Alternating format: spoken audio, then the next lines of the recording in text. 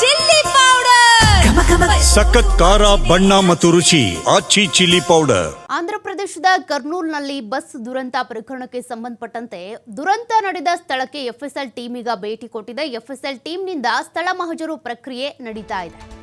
ಸ್ಥಳದಲ್ಲೇ ಬೀಡು ಬಿಟ್ಟಿರುವಂತಹ ಹಿರಿಯ ಅಧಿಕಾರಿಗಳ ತಂಡ ಘಟನಾ ಸ್ಥಳಕ್ಕೆ ಭೇಟಿ ನೀಡಿದಂತ ಗೃಹ ಸಚಿವೆ ಅನಿತಾ, ಕಾವೇರಿ ಟ್ರಾವೆಲ್ಸ್ನ ಬಸ್ ಏನಿದೆ ಬೆಂಕಿ ದುರಂತಕ್ಕೆ ಈಡಾಗಿದೆ. ಬಸ್ ಪೂರ್ತಿ ಸುಟ್ಟು ಕರಕಲಾಗಿದೆ. ಜೊತೆಗೆ 40 ಜನ ಪ್ರಯಾಣಿಕರಿದ್ದಂಥ ಬಸ್ ಇದು. ಸಾವಿನ ಸಂಖ್ಯೆ ಕೂಡ ಏರಿಕೆ ಆಗ್ತಾನೆ ಇದೆ. 20 ಜನರನ್ನ ಜೀವಂತವಾಗಿ ಸೇಫ್ ಮಾಡಿ ಆಸ್ಪತ್ರೆಗೆ ದಾಖಲು ಮಾಡಲಾಗಿದೆ. ಸದ್ಯ ಘಟನಾ ಸ್ಥಳಕ್ಕೆ ಈಗ ಗೃಹ ಸಚಿವೆ, ಆಂಧ್ರಪ್ರದೇಶದ ಗೃಹ ಸಚಿವೆ ಆಗಿರುವಂಥ ಅನಿತಾ ಅವರು ಭೇಟಿ ಕೊಟ್ಟಿದ್ದಾರೆ. ಜೊತೆಗೆ ಎಫ್ಎಸ್ಎಲ್ ತಂಡ ಕೂಡ ಈಗ ಭೇಟಿ ನೀಡಿದೆ. ಪರಿಶೀಲನೆ ಮಾಡ್ತಾ ಇದ್ದಾರೆ ಎಫ್ಎಸ್ಎಲ್ ತಂಡದಿಂದ. ಜೊತೆಗೆ ಗೃಹ ಸಚಿವೆ ಅನಿತಾ ಅವರು ಕೂಡ ಸ್ಥಳಕ್ಕೆ ಭೇಟಿ ನೀಡಿದ್ದಾರೆ. ಯಾವ್ಯಾವ ಆಸ್ಪತ್ರೆಗೆ ಗಾಯಾಳುಗಳನ್ನು ದಾಖಲು ಮಾಡಲಾಗಿದೆ, ಎಷ್ಟು ಜನ ಸಾವನ್ನಪ್ಪಿರೋದು, ಅದೆಲ್ಲದ್ರ ಬಗ್ಗೆ ಕೂಡ ಮಾಹಿತಿಯನ್ನು ಪಡ್ಕೊಳ್ತಾ ಇದ್ದಾರೆ.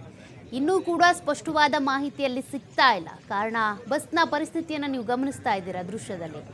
ಜೊತೆಗೆ ಬೆಂಕಿ ಹೊತ್ಕೊಂಡು ಉರಿದಂಥ ದೃಶ್ಯವನ್ನು ಕೂಡ ಗಮನಿಸಬಹುದು.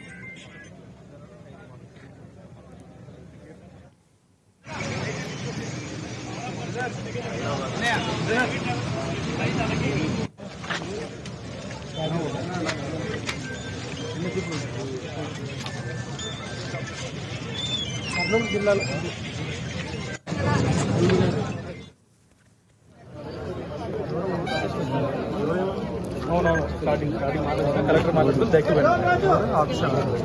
ప్యాసింజర్ కాదు సార్, ప్యాసింజర్ కాదు జరిగింది. ఆ చుట్టుపక్కల గ్రామ ప్రజలు ఇస్తున్నారు సపరేట్.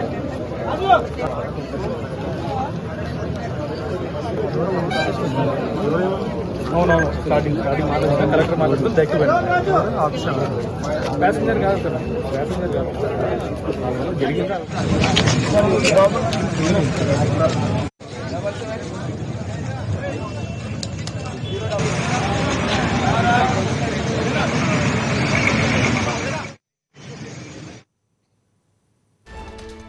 ಘೋರ ದುರಂತದಲ್ಲಿ 20 ಪ್ರಯಾಣಿಕರು ಸಜೀವ ದಹನ ಆಗಿದ್ದಾರೆ. ಈವರೆಗೆ 19 ಮೃತದೇಹಗಳನ್ನ ಹೊರಗೆ ತೆಗೆಯಲಾಗಿದೆ.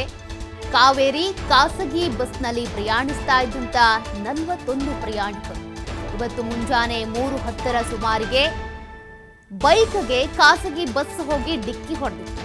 ಬೈಕ್ಗೆ ಡಿಕ್ಕಿ ಹೊಡೆದ ಪರಿಣಾಮ ಇಂಧನ ಸೋರಿಕೆಯಾಗಿ ಬೆಂಕಿ ಹೊತ್ಕೊಂಡಿದೆ. ಈ ಖಾಸಗಿ ಬಸ್ನಲ್ಲಿ ಪ್ರಯಾಣ ಮಾಡ್ತಾ ಇದ್ದಂಥ 21 ಜನರು ಸುರಕ್ಷಿತವಾಗಿದ್ದಾರೆ. 20 ಮೃತದೇಹಗಳನ್ನ ಈಗಾಗಲೇ ಹೊರಗೆ ತೆಗೆದಿದ್ದಾರೆ. ಆದರೆ ಗುರುತು ಪತ್ತೆ ಹಚ್ಚೋದು ಕೂಡ ಸವಾಲಿನ ಕೆಲಸನೇ ಆಗಲೇ ಕೂಡ ನಡೀತಾ ಇದೆ. ಇವರು ಯಾವ ಊರಿಂದ ಹತ್ತಿದ್ದು, ಜೊತೆಗೆ ಯಾವ ಫ್ಯಾಮಿಲಿಗೆ ಸಂಬಂಧಪಟ್ಟವರು ಎಲ್ಲರೂ ಕೂಡ ಸುಟ್ಟು ಕರಕಲಾಗಿದ್ದಾರೆ. ನಿದ್ದೆಯ ಮಂಪರ್ನಲ್ಲಿ ಏನಾಗ್ತಿದೆ ಅಂತ ತಿಳ್ಕೊಳ್ಳೋ ಅಷ್ಟರೊಳಗೇನೆ ಸಜೀವ ದಹನ ಆದವರು 20 ಮಂದಿ. ಈವರೆಗೆ 19 ಮೃತದೇಹಗಳನ್ನು ಹೊರಗೆ ತೆಗೆಯಲಾಗಿದೆ ಅಂತ ಗೊತ್ತಾಗ್ತಾ ಇದೆ. ಬಟ್ 41 ಜನ ಪ್ರಯಾಣಿಕರಿದ್ರು. ಅದರಲ್ಲಿ ಸೇಫ್ ಆದವ್ರನ್ನ, ಗಾಯಾಳುಗಳನ್ನ ಆಸ್ಪತ್ರೆಗೆ ಸೇರಿಸಲಾಗಿದೆ. ಮೃತಪಟ್ಟಂತಹ ಮೃತದೇಹಗಳನ್ನು ಕೂಡ ತೆಗೆದಿದ್ದಾರೆ. ಸದ್ಯ ಘಟನಾ ಸ್ಥಳದಲ್ಲಿ ಪೊಲೀಸರು, ಅಗ್ನಿಶಾಮಕ ದಳ ಸಿಬ್ಬಂದಿ ಇರ್ಬೋದು, ಜೊತೆಗೆ ಎಫ್ಎಸ್ಎಲ್ ಟೀಮ್, ಗೃಹ ಸಚಿವೆ ಆಗಿರುವಂಥ ಅನಿತಾ ಇವರೆಲ್ಲರೂ ಕೂಡ ಅಲ್ಲೇ ಬೀಡ್ಬಿಟ್ಟಿದ್ದಾರೆ.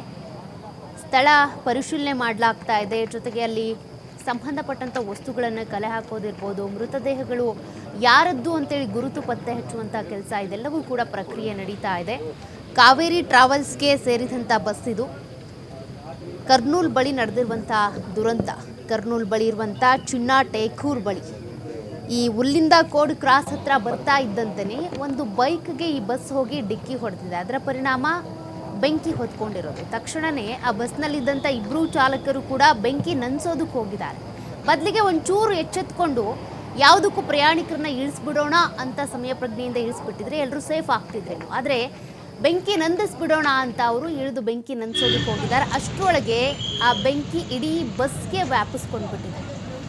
ನಿದ್ದೆಯಲ್ಲಿದ್ದಂಥವರು ಸಜೀವ ದಹನ ಆಗಿದ್ದಾರೆ. ರಕ್ಷಣೆ ಮಾಡಲಾದವ್ರನ್ನ ಆಸ್ಪತ್ರೆಗೆ ದಾಖಲು ಮಾಡಿ ಚಿಕಿತ್ಸೆ ಕೊಡಿಸಲಾಗ್ತಾ ಇದೆ.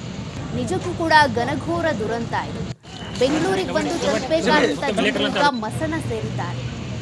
ಕೆಲವರು ಆಸ್ಪತ್ರೆ ಸೇರಿದ್ದಾರೆ, ಚಿಕಿತ್ಸೆ ಪಡ್ಕೊಳ್ತಾ ಇದ್ದಾರೆ. ಮೃತದೇಹಗಳ ರವಾನೆ ಮಾಡಲಾಗ್ತಾ ಇದೆ. ಅದನ್ನು ಕೂಡ ನೀವು ಗಮನಿಸಬಹುದು. 41 ಜನ ಪ್ರಯಾಣಿಕರಿದ್ದಂಥ ಬಸ್ ಇದು ಬೆಂಕಿಗೆ ಆಹುತಿಯಾಗ್ಬಿಟ್ಟಿದೆ.